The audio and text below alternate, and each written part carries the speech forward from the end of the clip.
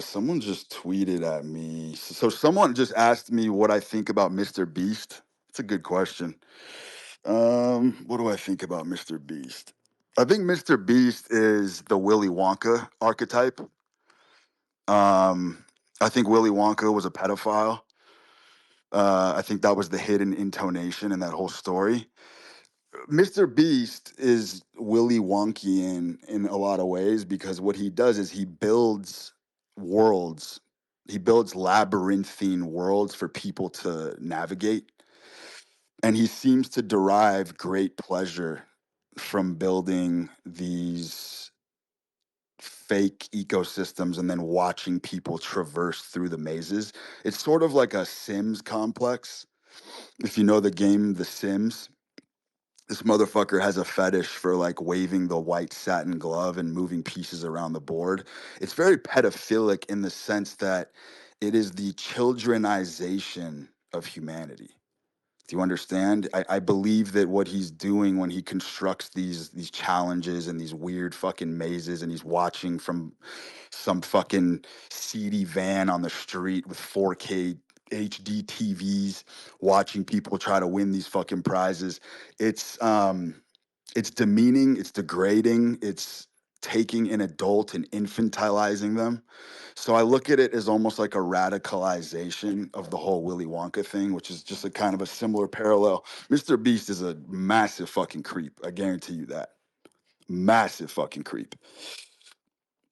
That was a little sidebar. Mm. So what I wanted to talk about today, I was talking to my buddy about this morning.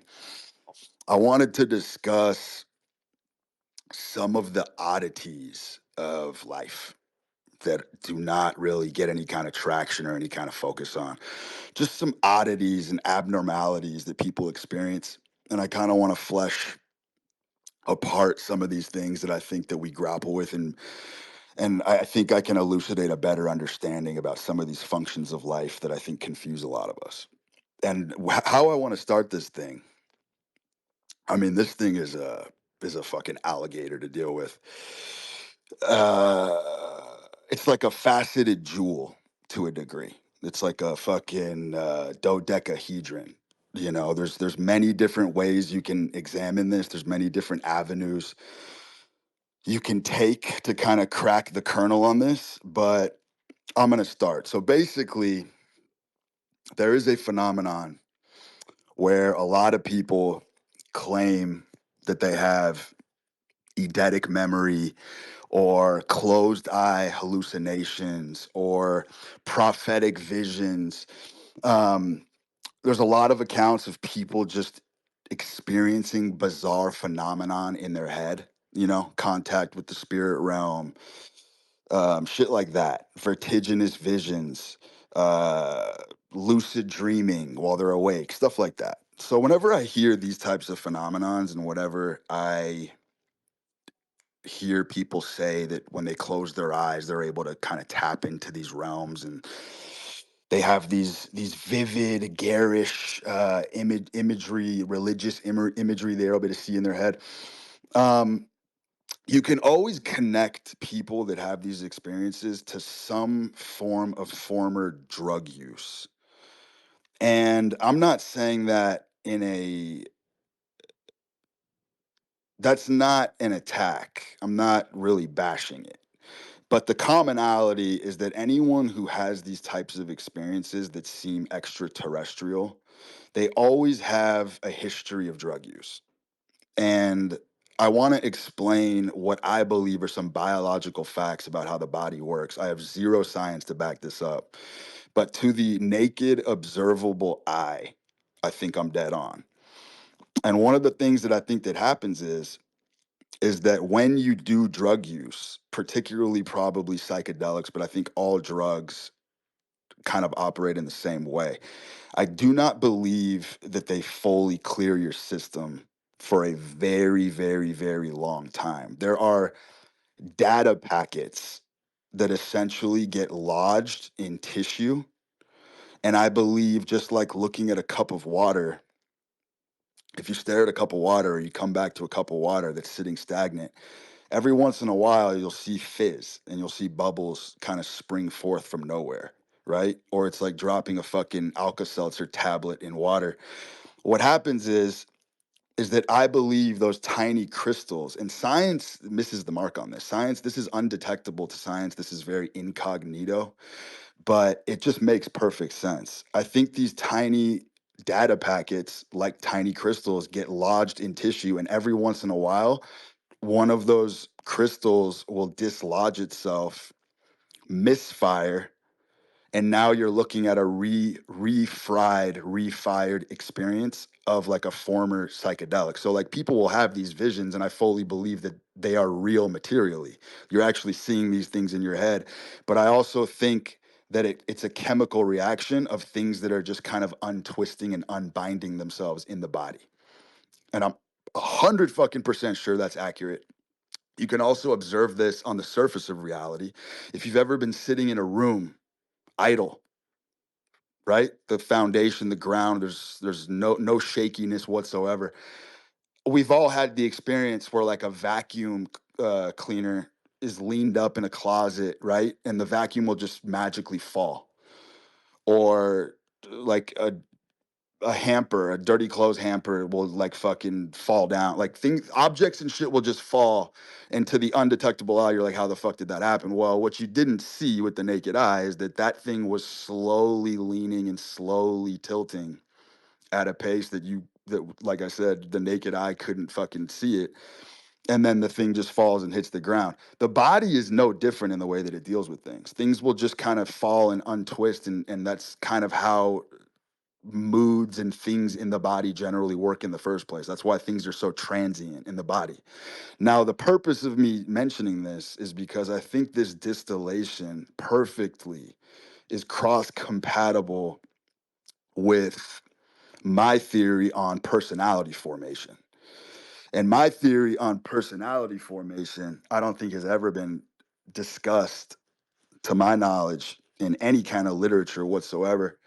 Um, I do not believe that things fully clear the system. I mean, look, let's fucking fling science into the middle of this fight for a second. Science claims that a fucking teaspoon of canola oil stays lodged in your fucking tissues for 7 years. So it ain't that asinine to believe that hard drugs are also finding a way to stay lodged and engorged in certain areas of the body. Not a fucking far stretch. And so when it comes to personality formation, I don't think that the body really ever heals itself. Okay? The body instead, the more efficient way to deal with trauma, injury, etc., is the body likes to build a cocoon around injury. It builds a nest. You know what I'm saying? Like the injury itself in the body never ever fully is clear. Ever. You can look on a fucking C map. You can look on all these fucking technological devices. You can always still see that there's a side of injury, but the body likes to build cocoons around injury as sort of like a cushion. And when it comes to personality formation, I believe that this is an identical mechanism. When there is trauma to the personality or to the self image that a man has, right? Maybe the way you view yourself, the feedback that you get from reality, there's not an even match there. What happens is I believe that the personality is like a layer cake. It builds more features of personality upon trauma to protect that site from ever being re-injured. So when there's trauma psychologically through lack of nurturing or through rejection or heartbreak, etc., the personality builds its own cocoon around the site of trauma. This is how you get ego expansion. This is how people develop personality traits. This is how people stand out from a crowd. This is how people sort of develop and expand and become interesting personalities. It's all a defense against pain and trauma. And so the personality deals psychologically The wounds are dealt with in the same way that the breaking of a bone in the body is dealt with at a biological, physiological level. I think this is very hard to argue. I think that it's dead on, headshot, bullet to the dome proof that the postmodern fascination with self-development is completely off the mark, because going into the wires and going into the cables of your personality and trying to untwist these cords and these mechanisms is a recipe for absolute disaster. I believe that being a man, specifically when it comes to dealing with the mental pitfalls and paradigms and traumas of life, being a man is largely about learning how to carry. You have to learn how to carry what you've been given and the cards you've been dealt. You have to carry them everywhere you go. It's not about being unencumbered. It's not about lightening the ballast. It's not about lightening the load at all. It's about learning to carry and structural integrity. And again, these things map perfectly with fitness, health, etc., biology, psychology. They all are interwoven. They're so fucking interlinked. You know, there's a reason why farmer carries is considered in the fitness realm one of the best bang for buck exercises you can do. It's all about structural integrity. Your exoskeleton is learning how to move under heavy load, under heavy stress. The psychological burdens of being a man are no different. You build structural integrity by carrying your pain with you, by carrying your burdens with you, by carrying the trauma with you, and never lightening the fucking load. As we've discussed numerous times, get to the top of the summit and then go for it. Go to the fucking hot springs in fucking Montana and fucking try to fucking bathe your wounds away. There is a time and a place for healing, no doubt about it. But there is no place for healing when you're not up the mountain yet. You understand? And back to the whole science thing, you know, in fucking in the 14th century, in medieval times, which really is in the not so distant past, um, their model of reality, I think, was correct on a lot of things. Um, the first of all, the torture was absolutely fucking brutal. The inhumane way that they dealt with crime and shit is out of this fucking realm. For those of you that really want to have your jaw drop, go read about the Wheel of Catherine and go see what the fuck that they would basically punish the condemned in the Wheel of Catherine, which is where they basically take your limbs and they braid them into the spokes of a giant wheel, and then they spin the wheel and drop heavy things on you until every single limb cracks and breaks in your body. And they would do this over and over again. But there's one thing about medieval law that I find fascinating, and I think this is the correct way of dealing with a lot of things, is if there was a malfunction in any of the tools that were used to basically give up the ghost of the condemned, they would see it as a divine intervention and this person was deserved to be set free. So like if the wheel stopped spinning and didn't work, or there was a malfunction, like one of those bladed pendulums was swinging down on your head in a guillotine and somehow it malfunctioned, they would look at that as a sign from God to let you go, and you were completely exonerated and absolved from everything that you did, and you got a fresh slate. Pretty fucking gangster way to approach a lot of things in life if you think about it. Because in many ways, that is fucking divine intervention.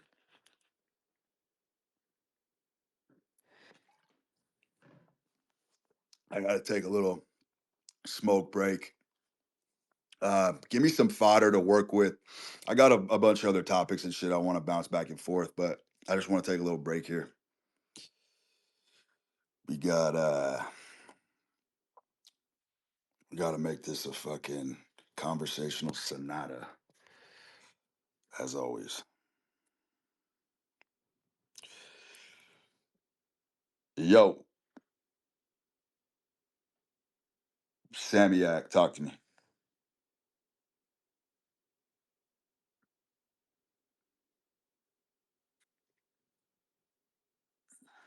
All right, bub. Hello, hello. Yes, bub. Talk to us. Yeah, hi. Yeah, so firstly, I've been consuming your content for a lot of time now. I'll just Mhm. hop into the question quickly. So basically, I'm 21 right now. I'll be turning 22 very soon, and I'm moving to Australia for my further studies. Hey, brother. And Blessings and all the love to you, man. But I do not have the patience to thank, decipher thank you so much. the, Thank you the, so much, man. So yeah. The heavy accent. I just can't decipher that right now. Don't have the patience for it. Appreciate you though, boss. Wish you nothing but the best. Let's get a pro up here. Yo.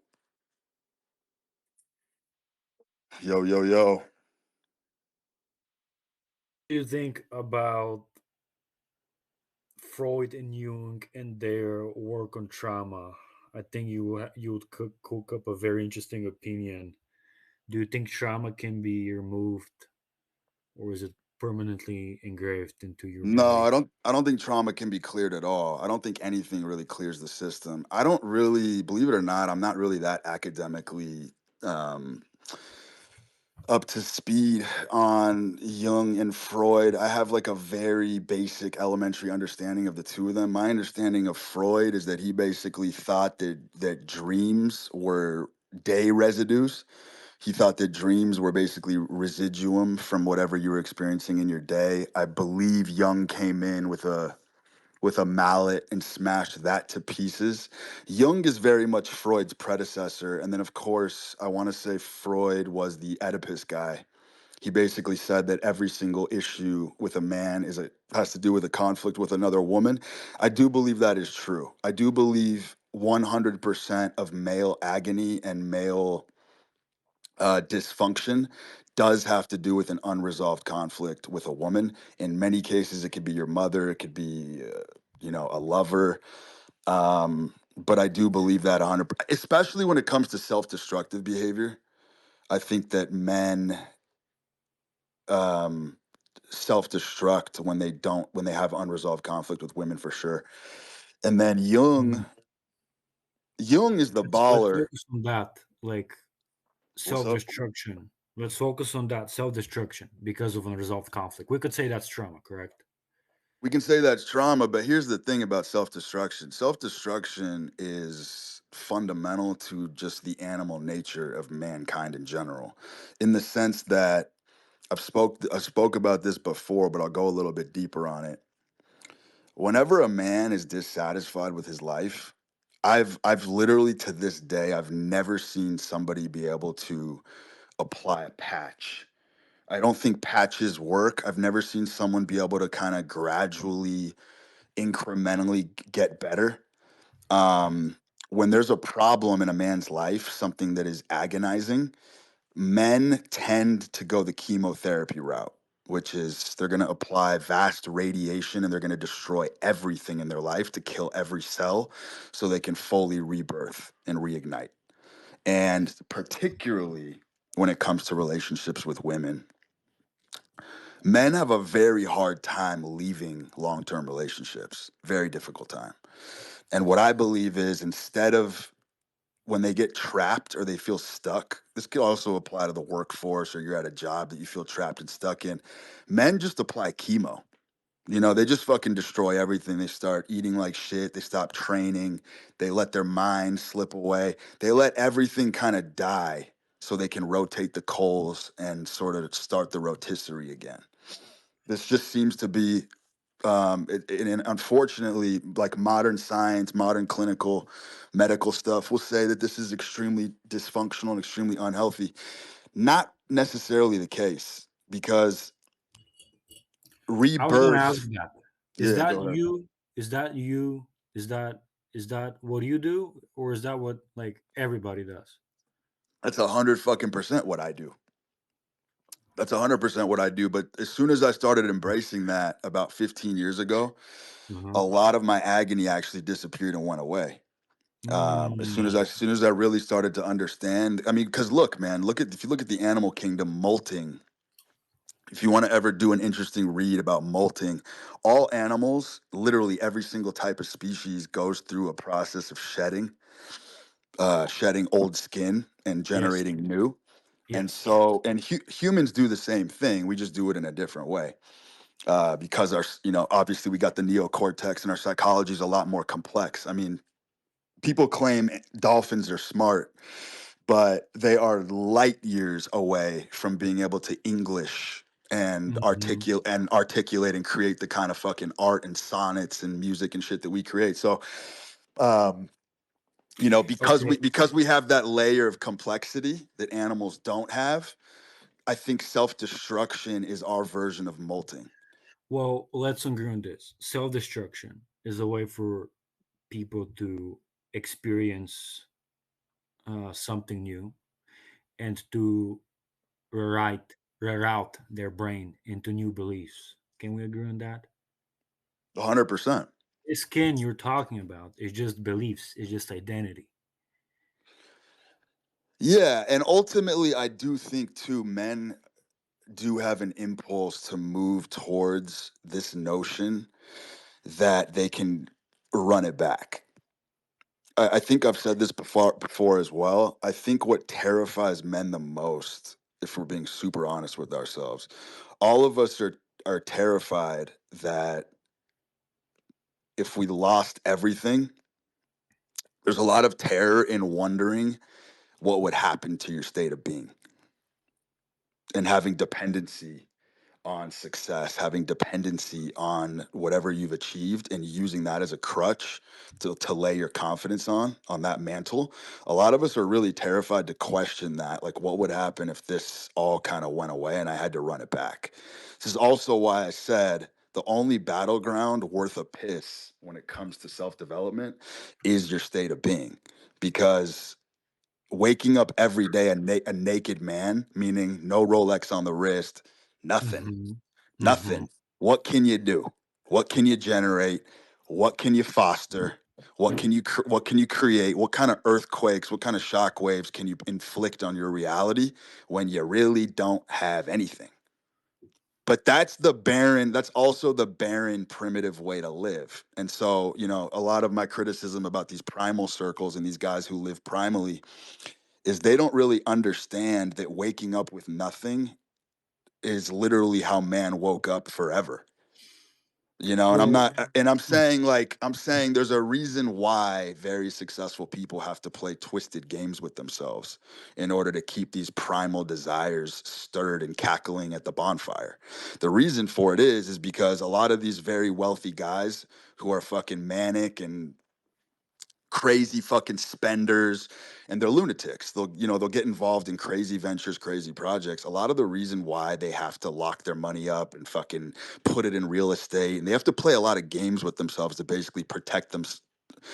A lot of high achieving men is what I want to say. They have to protect themselves from themselves, is the bottom line, because the fire does burn so hot in a lot of men that are high achieving that they will fucking self-destruct and blow it all up.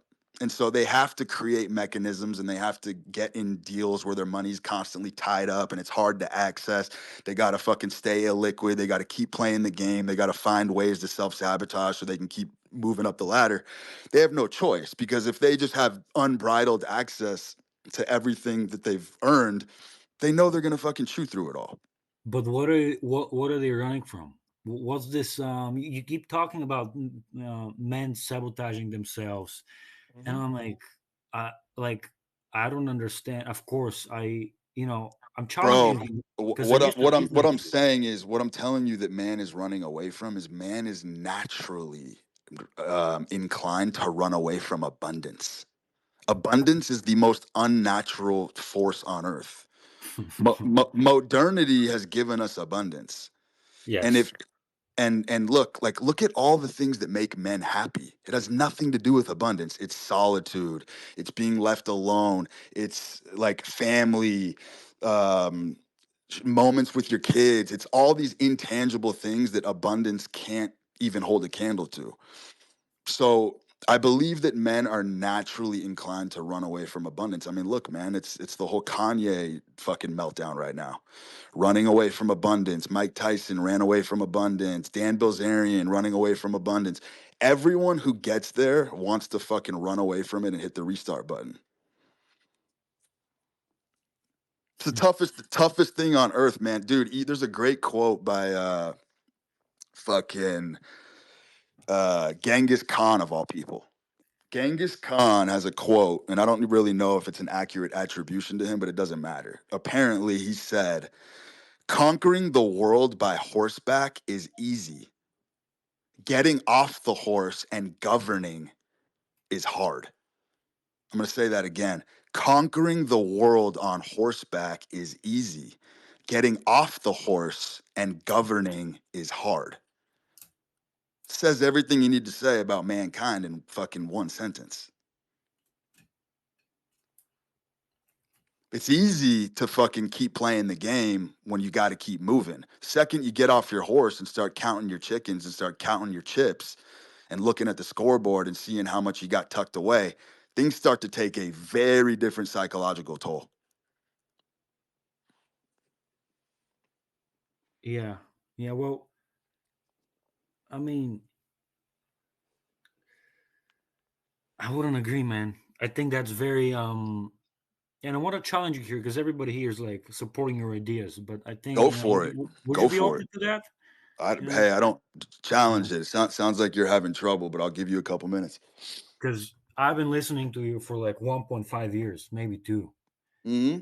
and I used to believe that like all this self sabotage stuff you talk about, like it's a very binary way of thinking, if I can say that, And I found a lot of actually effectiveness, and I haven't seen so much growth, and it's in dealing with Say that again. Say that again. You found effectiveness, but not growth. no, I found effectiveness and growth, sustainable growth, Uh huh. and actually dealing with the parts of of my mind which were troubling me, which you could say shadow work, integrating the shadow and making it work for me, but not in a bad way. Okay. And I find that through, and this is totally against your philosophy, through Go for logic it. and through I'm all dealing ears. with the parts of my mind, dealing with trauma that I've experienced.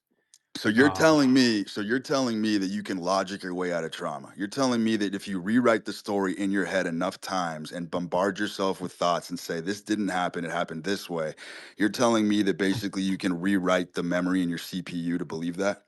no, Is I'm that not saying you can write the memory. I'm saying you can interpret their memory another way, which totally changes your position. Let me give you an example. I'm all ears. When I was, let's say, 12, all right, I was an art kid in a very, very, um, I'm in Eastern Europe. I was an art kid, and that's being different, okay. And people didn't like different, and I was homeschooled, all right. And so naturally, I got some comments like, "Oh, you don't go to school. Oh, where's your friends?" Blah blah blah, right? And that basically it's like trauma, yeah. And the trauma is the belief that you're not worthy, that um basically people don't like you, right? And you keep living with that idea until you figure out, wait a second, who was telling me all of this? Oh, 12-year-old kids. Well, why the fuck did I accept their ideas, right? And then I end up realizing I've been living off um, some old motto that I accepted from somebody else, when in fact I'm perfectly fine. So, and given that, I don't understand how this trauma is staying with me when it's fucking past gone, and it's like a thing of I'm a different person now. Okay. And according to your philosophy, I should be running around like a madman with a chip on my shoulder, as fuel to prove these people wrong in a sense. right? No, that was never prescription. That's not how this game works at all. That was So never a that's you. that was never a recommendation. That Correct. was that was me speaking from a personal Correct. experience, That's but true. also something that I've witnessed on a very broad scope across humanity. Is Right. I've always said it, that the teeter totter can go one of both ways. Either the Yeah. trauma is going to ignite forces in you that you didn't know exist, and latent Yeah. talents are going to spring forth, or it's going to have an anesthetic effect and put you to sleep and go the other way, and you're going to implode upon yourself. I've seen the teeter totter go both fucking ways. Let me tell Hmm. you this though, the true 1% bracket of firebrands and people the faces that you see emblazoned all over your screen every day Right. are part of the camp of the former. I don't make the fucking rules. I'm just an observer of nature. That's all I Yes. can tell you. So I'm not saying one style is better than the other. I'm telling you, you want to talk about being effective, which is a word you used that came out of your mouth. If you want to truly be effective, then you have to embrace the weapons that God has given you. The weapons. In other words, if you can step into an armory, okay, if you take the Hmm. average person into an armory and you get pick of the litter, you can pick a fucking grenade launcher, you can pick a fucking cannon off an M1A1 Abrams tank, or you can pick a fucking water squirt gun. Most people are taking the fucking squirt gun. All I'm saying is if you know that you have access to the armory and you can get the best weapons, why the fuck would you not use them to your advantage? Well, you're very right. And I'm But also here to tell you, brother, that I do believe that you can rewrite the stories in your head about your past through logic. hmm I do believe you can do that. However, it needs to be said that that is an exercise in entertainment. You haven't actually changed anything on a fundamental level. I can rewrite my story with the best of them if I want to. I can yes. do it all day long. I can sit here with a pen and paper and write about my past and my history and all the things that have hurt me, et cetera, et cetera. I'm sure I can fucking craft an amazing story in my head and get myself to believe it. That's fine. That's all fine and dandy. But it's flatulent. You understand? It's for entertainment purposes. Nothing has truly changed.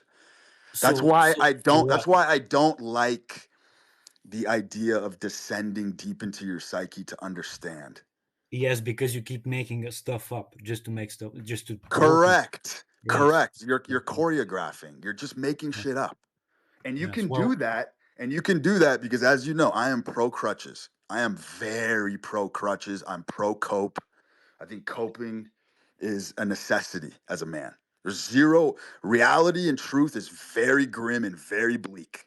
I see no problem with a short, ugly guy telling himself he's the best fucking creature on earth. I see no problem with that. I think that's a more accurate, but again, that's also rewriting the vision in your head. And that is for entertainment purposes. You know, a kind of an adjunct to this, brother, to kind of bring this home further, is that someone asked me the other day, they said, what is the most attractive quality in a man to a woman? Texted me. One of my boys texted me this, like, what's the number one? And I actually had to sit there for a minute. And I responded and I said entitlement. entitlement, like I said believing you entitlement. deserve something.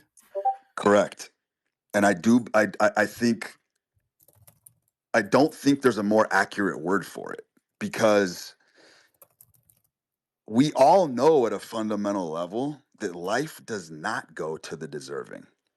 Life is not a meritocracy. Life gets handed to those who reach out and take it. You understand? And Well, why so would you take it if they don't think they deserve it? being an inferior, unqualified man, and then being able to punch above your weight and being able to take on a challenge that you are not qualified for, there is nothing more masculine than that. A Nothing. hundred percent, 100%. But let me And ask you a so question. and that's the beauty of the whole that's the whole beauty and the beast thing, right? The ogre in paradise is what I call it. Women love the ogre in paradise. Women love the not so handsome, not so put together motherfucker who has blazing confidence and aptitude and will take on challenges that he's not even worthy on paper of doing. Yeah, but he's worthy in his mind. Otherwise, he wouldn't shoot for them. Correct? That's it, baby. That's the entitlement. But you can't manufacture entitlement either. Ah, you People are can. like, I'm You going to walk can. around and pretend that I deserve this. You can't live that way either. You know, the No, best you mental, don't pretend. You are. exactly. You don't pretend it. The best model to go through life, man, is like guys will pass by women and then they'll message me and be like, dude, I'm beating myself up. And there's this chick that I should have spoken to, missed the mark. I think the best model to go through life is when you walk by a woman that you were interested in and nothing happened, you really should be in a natural state of being that she should have said hi to you. That's the ultimate fucking place to be on everything. On everything. And by the way, that kind of entitlement does have gravitational forces that will fucking suck things into your vortex. There is no doubt about it. And you're not. Are you born with it? No, I don't think you're born with entitlement at all. Right. I think entitlement is actually a kingly trait for sure. I think it's an aristocratic trait. Okay. Um, Definitely, there could be some blood engineering with it, but I think ultimately, man, like I said before in the beginning of the show, I think that entitlement is absolutely a defense mechanism against trauma. You get beat up enough times and you find a way to come back, eventually you're going to have no choice but to sit there and think that you're deserving of more than what you really deserve. It's Well, this is triumphalism, by the way. yes, yes. You can't want something if you don't have it in the first place. There you go. Okay. Triumphalism is a very powerful mental model. It has to do with, being conceited, being haughty, being fucking cavalier, all those traits that get kind of decried by the corporate ministry. I think that a lot of those traits are actually very beneficial if you can learn how to use them properly. But you can't manufacture this. And look, the reason why I'm so pro challenge and making life complicated and more difficult than it has to be is for one simple reason. Because I think that when you do overcome those challenges, I think what happens is you do learn to fully rely and depend on yourself. And I think that's really what my ultimate wish for every man is to really learn how to fucking holster your own being to achieve whatever you want. You don't need anything. You don't need a sales pitch. You don't need to fucking hone this skill, this talent. It's already all within you. And There we go. I That's what I really wanted to fucking hear. believe that. By the way, sidebar, because you mentioned it earlier, Wild bar. conservatism is kind of gay in the modern world because you have to understand that it's like you have to embrace the new norms. And one of the new norms that I think has gone over people's heads that we need to start embracing is that in many ways, incompetency has been promoted. Kind of goes back to what I said about being an unqualified man. People that are incompetent, I see absolutely fucking going higher than anybody else. Competency is very, very overrated in the sense that we now live in a timeline where you get rewarded for taking on things that you're not qualified to try. Like everything is so accessible now. Do you know what I'm Well, saying? yeah, but it all rolls back to you believing you're worth it. But through trauma, at one point you may believe you're not worth it, right? And I don't get how how you can change it in a way. Feeling worthy? Yeah, true. Like just thinking about, wait a second, like none of this shit that I was told was true, and then boom, you snap back to your perfect self, which you were born as a baby. You know, as you said, you're like born perfect. You don't need anything else. You're perfect. No, And so, because you're what you're doing is you're agitating definitions between change and evolution. I've said on a prior spaces that I don't believe change is possible for a man at all. The change is not real. Evolution is real in the sense that as a man, you do become more of what you were always meant to be. But that's not change. People yeah, misfire yeah, and miscalculate that, and they think that what they're witnessing is change. It's not. It's you becoming more of what you already were. we agree on actually this Bro, because I think bro, trauma, low key, we agreed on everything.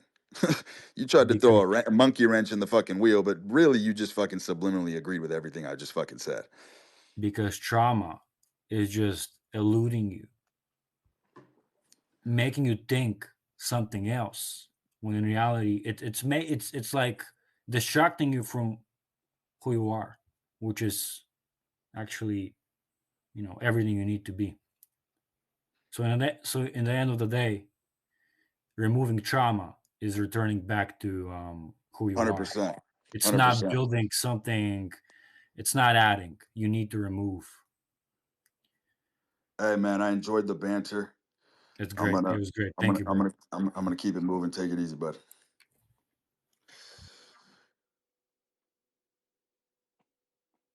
You know what's funny about life? Um, being unemployed, like chronic unemployment, being unemployed for a very long period of time, and learning how to keep your head above water and being super scrappy and kind of just knowing how to survive and being resourceful with whatever you got.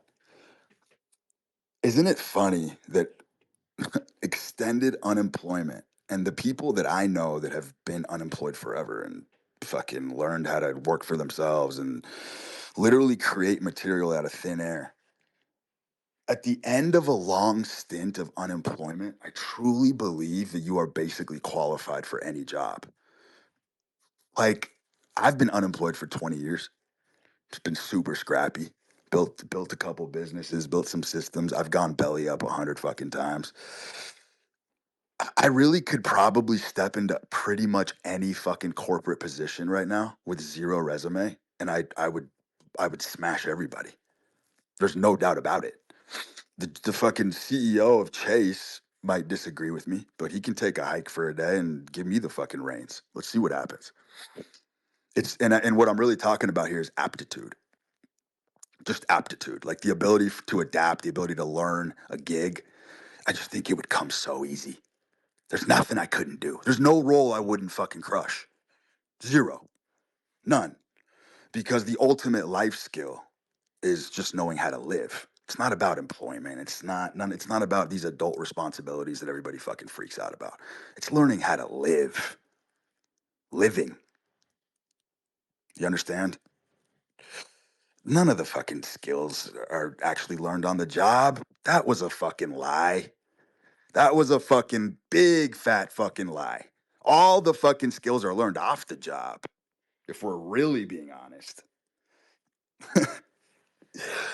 I mean, those of you who think you're clever are going to be like, what about being a surgeon? What about, I mean, shut the fuck up. Obviously, there's certain fucking ones that are going to require a high level of academia.